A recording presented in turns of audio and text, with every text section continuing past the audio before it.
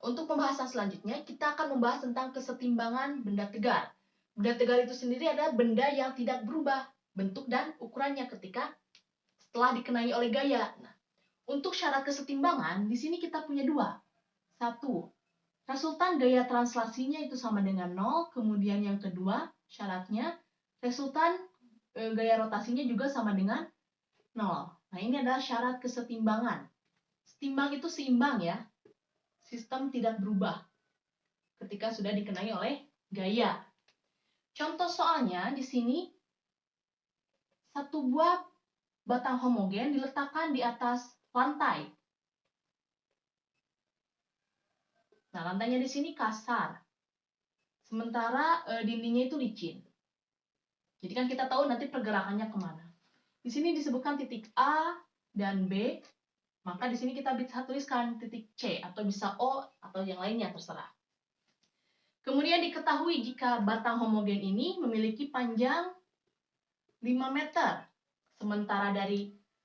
sementara masanya sendiri itu adalah 10 kg.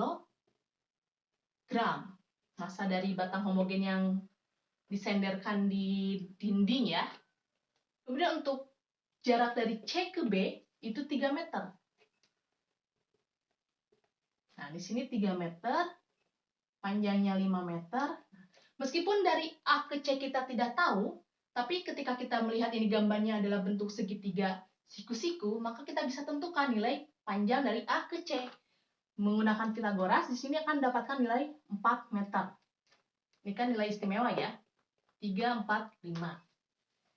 Kemudian, setelah kita mengetahui gambar atau ilustrasi sistemnya seperti ini, kita tinggal menunjukkan atau kita tinggal mencari gaya-gaya yang terjadi di sistem ini. Nah, pertama kita tinjau di titik A. Di titik A di sini pasti akan muncul yang namanya gaya normal. Kenapa arahnya ke sini? Karena gaya normal ini akan tegak lurus terhadap bidang. Oke. Di sini juga pasti akan muncul kan gaya normal. Nah, misalkan di sini NB, di sini NA. Kemudian karena di sini dindingnya licin, otomatis kan si batang homogen akan terjatuh ke sini, ke bawah. Sementara untuk di titik B, batang homogennya akan beradu dengan lantai. Karena lantai kasar, ini arah geraknya ke kanan, maka akan muncul gaya gesek dari lantai. Arahnya ke kiri. Kemudian di batang ini akan timbul juga yang namanya titik berat di tengah-tengah ya, di tengah-tengah batang. Setelah kita mengetahui arah-arah gaya di sistem, maka kita tinggal mencari kesetimbangan bendanya menggunakan dua syarat ini. Kita gunakan dulu syarat yang pertama atau gaya translasinya. Sigma F sama dengan 0. Ini syarat yang pertama. Kita lihat dulu gaya di sumbu X. Lihat, gaya-gaya di sumbu X mana? Hanya ada gaya normal dari titik A, kemudian gaya gesek. Berarti di sini NA dikurangi FG akan sama dengan 0. Maka NA di sini akan sama dengan gaya gesek. Sudah saja dulu seperti ini. Kemudian kita cari gaya di titik Y. Kalian cari mana gaya-gaya yang bekerja di sumbu Y. Ada NB, ada W. Berarti kan di sini NB minus W sama dengan 0. Maka NB sama dengan W. W itu apa? W itu kan gaya berat. Gaya berat itu kan massa kalikan gravitasi. Massa siapa? Massa dari batang homogen. Tahu belum? Kita kan sudah mengetahui massanya itu 10 kilo. Maka di sini kita bisa cari. Gaya N itu, NB itu adalah 10 kalikan 10. Hasilnya adalah 100 Newton. Kalau sudah diketahui syarat kesetimbangan pertama, kita cari lagi sekarang menggunakan syarat kesetimbangan kedua. Sigma torsi sama dengan 0. Ini syarat yang kedua. Di sini, di sistem ini, karena kita melihat batang homogen ini bergerak ke arah kanan, karena di sini licin, Otomatis titik rotasinya ada di titik B di sini. Berarti bisa kita tuliskan sigma tau B sama dengan 0. Sekarang kita tinggal mencari gaya-gaya yang bekerja untuk torsi ini.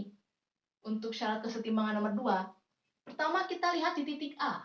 Ada gaya NA. Berarti torsi yang bekerja adalah torsi dari A ke B. Kemudian yang kedua, torsi dari titik W ke B. Nah, kenapa di C ini kita tidak melihat gaya torsi? Karena di titik C, itu tidak bekerja gaya. Makanya cukup gaya yang bekerja di titik A, ada NA, dan gaya yang bekerja di titik W, ada W, terhadap torsi B. Nah, kita lihat sekarang, untuk gaya di titik A, NA, di sini pasti arahnya ke sini, ke titik B, itu searah perputaran jarum jam, berarti nanti nilainya positif. Untuk dari W ke B, itu berlawanan arah jarum jam, berarti nilainya negatif. Nah, torsi itu kan lengan atau R dikalikan F, di cross F, berarti RA B crosskan NA, untuk yang titik A, dikurangi R dari W ke B dikalikan W, gaya yang bekerjanya adalah W.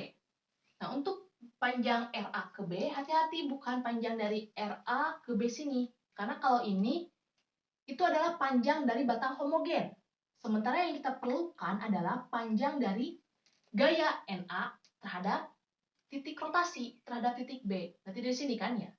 Panjangnya sama dengan titik A ke titik C. Berarti nilainya di sini 4 meter. Dikalikan NA. NA belum kita ketahui. Karena NA di sini hanya berupa gaya gesek. Nanti kita bisa mencari. Kemudian dikurangi. Nah, untuk RWB bukan panjang setengah dari panjang batang homogen. Tapi kita gunakan setengah panjang batang dikalikan cos theta. Kenapa muncul cos theta? Karena di sini muncul sudut. Kalikan W. Di sini 4 NA dikurangi setengah, L-nya itu panjang batang homogen yaitu 5. Cos theta-nya, cos itu apa? Berarti kan kalau sin itu kan depan miring. Kalau cos itu kan samping miring. Berarti cos itu sampingnya adalah 3, miringnya adalah 5. Maka di sini cos theta adalah 3 per 5 dikalikan W. W-nya itu berarti W itu kan M kali G. Kalau kalian belum cari, berarti W itu massa dari batang homogen adalah 10 kilo, gravitasi adalah 10. Oh, di sini ya, ini 100 Newton. W Mg 100 Newton. Sama dengan 0. Maka di sini bisa dicoret antara 5 ini dengan ini dibagi 4 Na min 3 per 2 dikalikan 100 sama dengan 0. 4 Na dikurangi, ini dicoret jadi 50, 150 sama dengan 0. 4 Na sama dengan 150. Nah, Na di sini adalah 150 per 4. Yang kita cari bukan nilai dari Na, tetapi berapa koefisien gesek yang terjadi di lantai. Na itu kan gaya gesek di sini. Sementara gaya gesek itu mu dikalikan NB. Mu kalikan NB, karena yang bekerja di sini adalah NB, maka kita tuliskan NB. Maka di sini untuk Na sama dengan mu kalikan 100. Berarti kan di sini masukkan ke sini. Mu kalikan 100 sama dengan 150 per 4.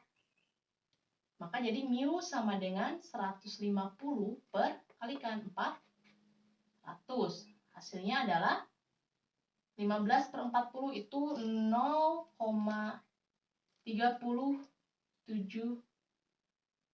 375. Maka koefisien lantai yang terjadi di sini atau yang menghambat batang homogen untuk bergerak sebesar 0,375. Tidak memiliki satuan karena mu itu hanya koefisien. equation.